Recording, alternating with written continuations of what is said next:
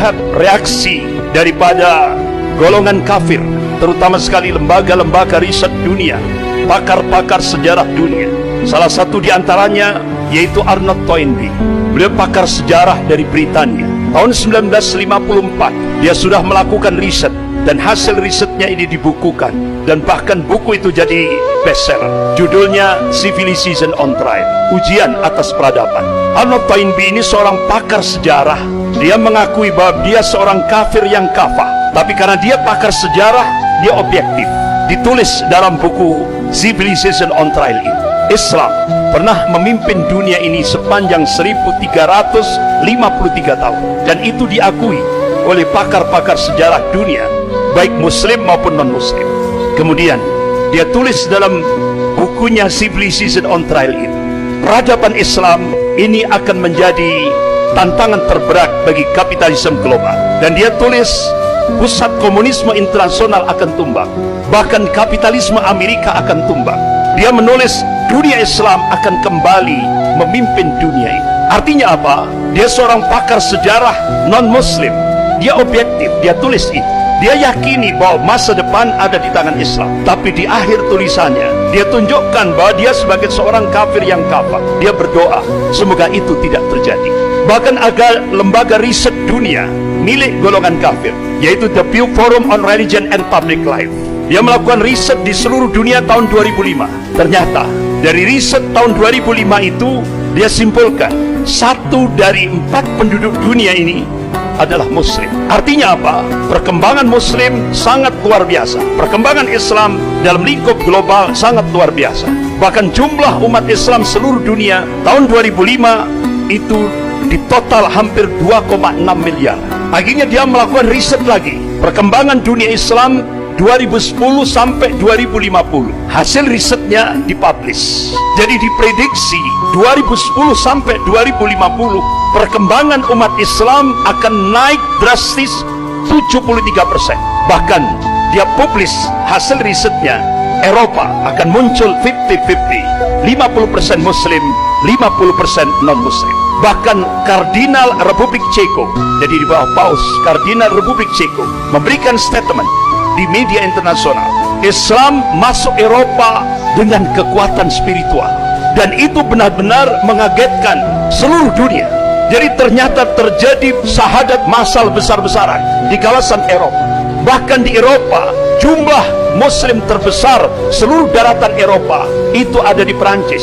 Hampir 7 juta lebih umat Islam ada di Perancis. Bahkan ketika Presiden Perancis Emmanuel Macron melakukan gerakan Islamofobia dengan menggunakan institusi negara, mereka melihat, dianggap Islam akan melemah. Tapi apa yang diingatkan oleh Allah Subhanahu wa taala dalam surah As-Saff ayat 8, A'udzubillahi minasyaitonir rajim, yuriduna liyutfi'u nurallah biafwahihim wallahu mutimmu nurihi walau karihal kafirun. Mereka hendak memadamkan cahaya agama Allah ini dengan mulut-mulut mereka, dengan ucapan-ucapan mereka, dengan mesin-mesin informasi mereka. Tapi Allah Subhanahu wa taala tetap menyempurnakan cahaya agamanya, walaupun orang-orang kafir itu benci. Apa yang terjadi di balik gerakan Islamofobia, kebencian terhadap Islam dan kaum muslimin yang digerakkan oleh Presiden Prancis Emmanuel Macron? Terjadi syahadat massal di Prancis 2 kali lipat. Luar biasa. Itu sesuatu yang mengagetkan dunia. Bahkan di Inggris dan Jerman itu hampir sama. Hampir kurang lebih 3 juta umat Islam di Inggris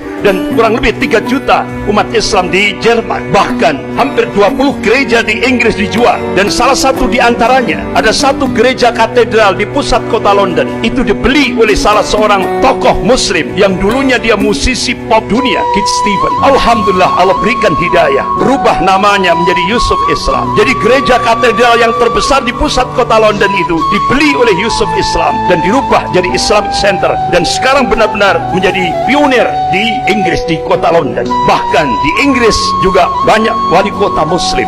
Luar biasa. Jadi perkembangan Islam luar biasa. Bahkan di Argentina yang kita belum pernah tahu, di sana ada perkembangan Islam luar biasa. Ada 750.000 kaum muslimin. Bahkan di pusat Katolik dunia, di Italia, di Vatikan, Roma. Beberapa waktu yang lalu sudah diresmikan masjid terbesar untuk menampung hampir 1 juta kaum muslimin, yaitu di Roma, Vatikan. Luar biasa. Jadi perkembangan kaum muslimin, benar-benar apa yang dilakukan riset oleh The Pew Forum on Religion and Public Life, ini sebuah realitas, sebuah fakta. Jadi diprediksi 2010 sampai 2050 peningkatan jumlah kaum muslimin diprediksi 73%. Bahkan lembaga riset dunia The Pew Forum on Religion and Public Life memprediksi 2070 Islam akan menjadi agama terbesar di seluruh dunia. Padahal ini lembaga riset milik orang kafir, milik golongan kafir, tapi dia meyakini masa depan ada di tangan Islam. Bahkan National Intelligence Council, Dewan Intelijen Nasional yang menaungi 15 negara di bawah kepemimpinan Amerika, melakukan riset. Hasilnya dipublish di media internasional. Start 2020 akan terjadi kebangkitan Islam global, dan itu akan terus bergerak di seluruh dunia, terutama sekali dunia Islam. Bahkan Dinas Intelijen Rusia memprediksi akan terjadi kebangkitan Islam, yaitu diprediksi 2025. Rasulullah SAW mengabarkan kepada umatnya, qala Rasulullah SAW, inna Allah yab'athu li hadil ummah ala ra'si kulli mi'atin sanatin may yujaddidu laha dinaha. Rawahu Abu Dawud. Rasulullah mengabarkan, sesungguhnya Allah akan memunculkan, akan membangkitkan di tengah-tengah umat ini dalam setiap penghujung 100 tahun, yaitu seorang al-mujaddid, pembaharu di dalam agama ini. Imam Ahmad rahimahullah, beliau mencoba untuk mencari hadis-hadis sahih dalam kutubus sittah. Masya Allah, dengan matan hadis yang sama beliau cari dalam kutubus sittah. Alhamdulillah, beliau temukan hadis-hadis yang sahih. Beliau pelajari, beliau teliti, beliau kaji secara dalam. Akhirnya beliau mengambil satu khulasah, kesimpulan. Mujaddid yang pertama, yaitu Khalifah Umar bin Abdul Aziz rahimahullah, yaitu cucunya Khalifah Umar bin Khattab radhiyallahu anhu. 100 tahun lagi, mujaddid yang kedua, gurunya Imam Ahmad, yaitu Imam Syafi'i rahimahullah. Kemudian 100 tahun lagi, jawabannya wallahu a'lam, hanya Allah yang tahu. Beberapa ulama-ulama dunia, salah satu diantaranya yaitu Wakil Sekjen Rabidah Ulama Palestina di Bilad Syam, beliau adalah Syekh Dr. Abu Bakar Al-Awabidah. Selama di penjara Israel, beliau mencoba melakukan riset dengan pijakan Al-Quran dan As-Sunnah dan kitab-kitab yang ditulis oleh ulama-ulama ahli sunnah. Akhirnya beliau mengambil satu kesimpulan, insya Allah kalau beberapa ulama-ulama ahli sunnah melakukan hitungan matematis, dan itu hijriyah tapi dicoba dimasehikan, insya Allah akan terjadi Sofatul Islamiyah itu 2024, berarti kurang 3 tahun lagi. Tapi semuanya wallahu a'lam, hanya Allah yang tahu.